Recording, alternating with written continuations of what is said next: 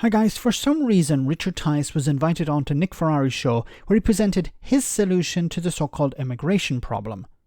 The Reform UK leader said that both legal and quote-unquote illegal immigration can only be truly solved by his party. Neither the Tories nor Labour are serious about gripping the issue. So what is his plan? Well, offshore processing of asylum seekers. Tice wants to send people who arrive in the UK to places on the other side of the planet, or to France. Have a listen to this.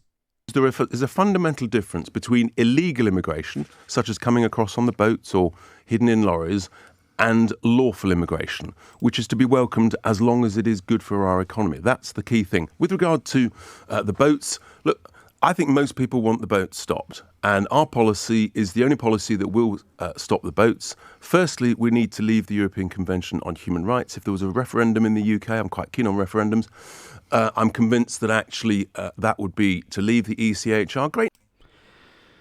Oh my goodness. So he wants to leave you don't leave the European Convention on Human Rights, you leave the Council of Europe. I've said this before. But he wants to deny British people access to human rights.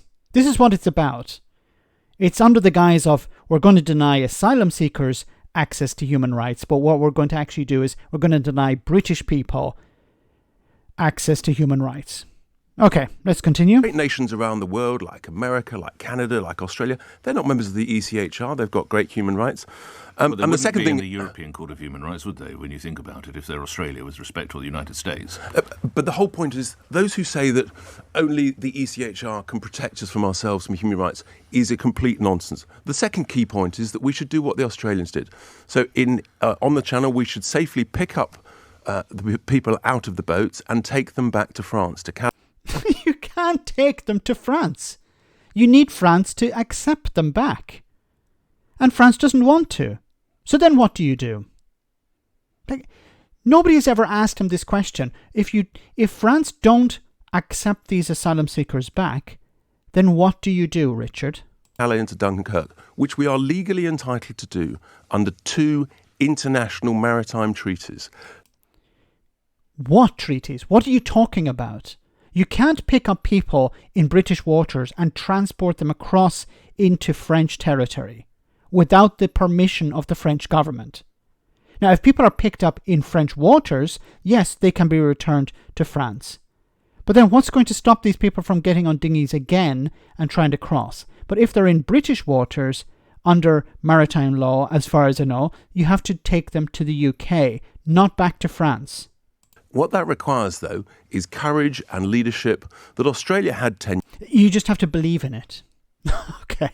years ago, and they stopped the boats. We haven't got that courage and that leadership from the main 2 parties. But that was because Australia had a deal done with Papua New Guinea and another country where they accepted these people would be sent back, and indeed payments were made. So how are you going to mirror that with the Channel? We've made payments to a place called Rwanda, and we haven't sent anybody. Fair point, but I come back to what you're proposing. There's 2 key things. Firstly, we could process people offshore in some of the British overseas territories, the likes of the Ascension Islands or the Falklands.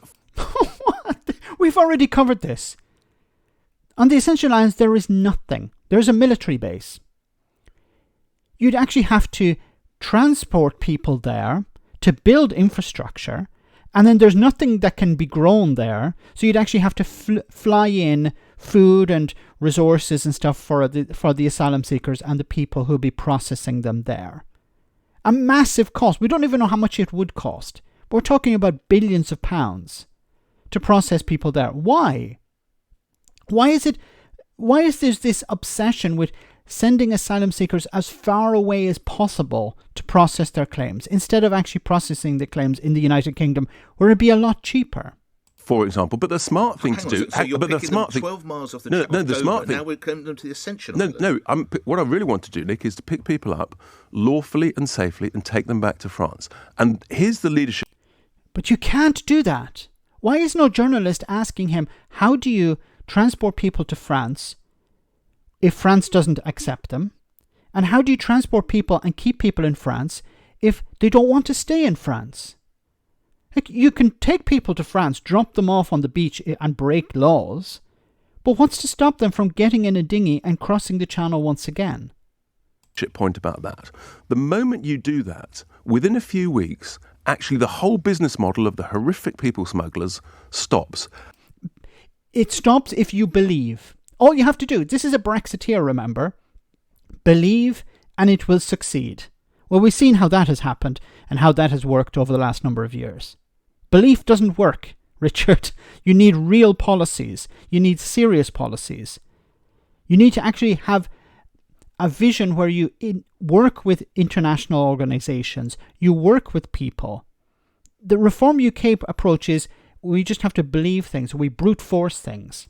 And that is the key thing. And then the EU leaders should do the same in the Mediterranean, where sadly, as I've said before, thousands of people are losing their lives. But it requires leadership. It requires facing into the humanitarian groups and the lawyers and the United Nations. But that is what is required. So reform, just to clarify, would replace Rwanda with the Ascension Islands. That's how it would work. The smartest thing to do is actually those who do make it to the UK illegally, you process them very quickly, which of course 20 years ago is what happened. 20 years ago, we were processing people within a fortnight.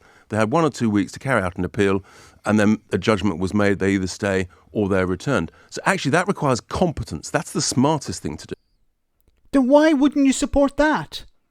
Why the hell are you talking about transporting people to France? Why are you talking about transporting people to the other side of the planet? You actually said it yourself. It would be better to process the claims.